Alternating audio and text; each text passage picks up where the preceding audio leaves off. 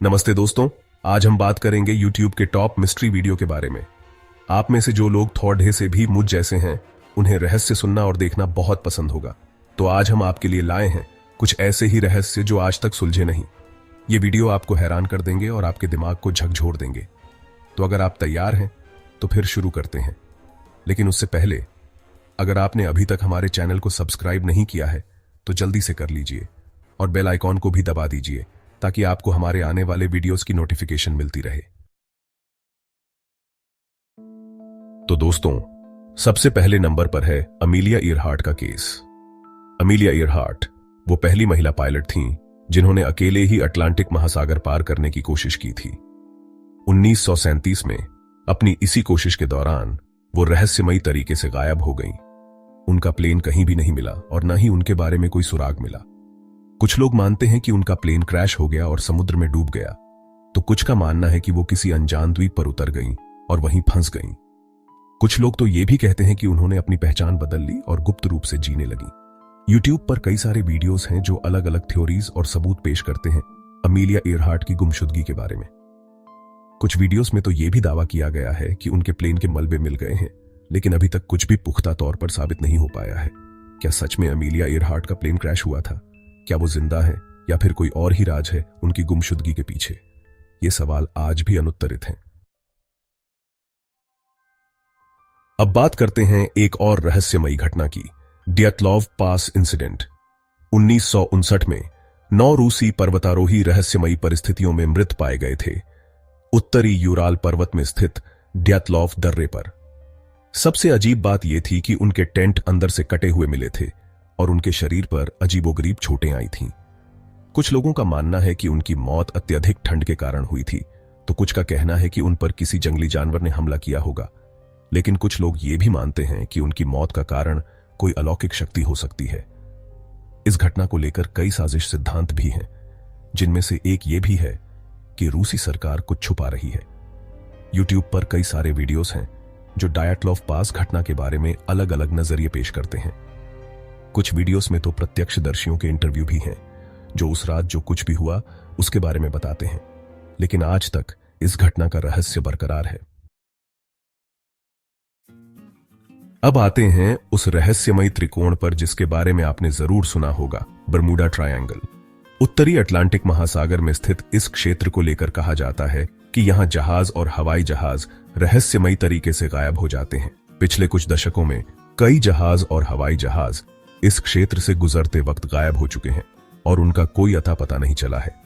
कुछ लोग मानते हैं कि इस क्षेत्र में चुंबकीय विसंगतियां हैं जो नेविगेशन सिस्टम को प्रभावित करती हैं, जिससे जहाज और हवाई जहाज अपना रास्ता भटक जाते हैं। तो कुछ का कहना है कि यहां पर समुद्री राक्षस रहते हैं जो जहाजों को डुबो देते हैं। कुछ लोग तो ये भी मानते हैं कि बरमूडा ट्रायंगल एक पोर्टल है दूसरी दुनिया में जाने का। यूट्यूब पर बरमूडा ट्रायंगल के बारे में अनगिनत वीडियोस हैं, जिनमें से कुछ में तो गायब हुए जहाजों और हवाई जहाजों के वीडियो फुटेज भी दिखाए गए हैं। क्या सच में बरमूडा ट्रायंगल में कुछ अलौकिक शक्तियां काम करती हैं, या फिर इन सब घटनाओं के पीछे कोई वैज्ञानिक कारण है? यह सवाल आज भी एक रहस्य बना हुआ है।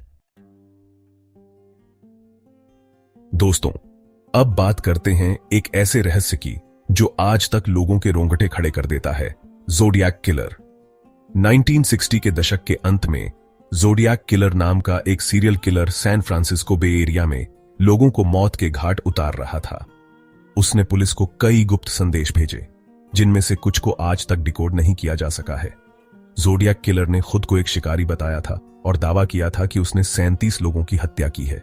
हालांकि पुलिस ने केवल 7 पीड़ितों की पुष्टि की है।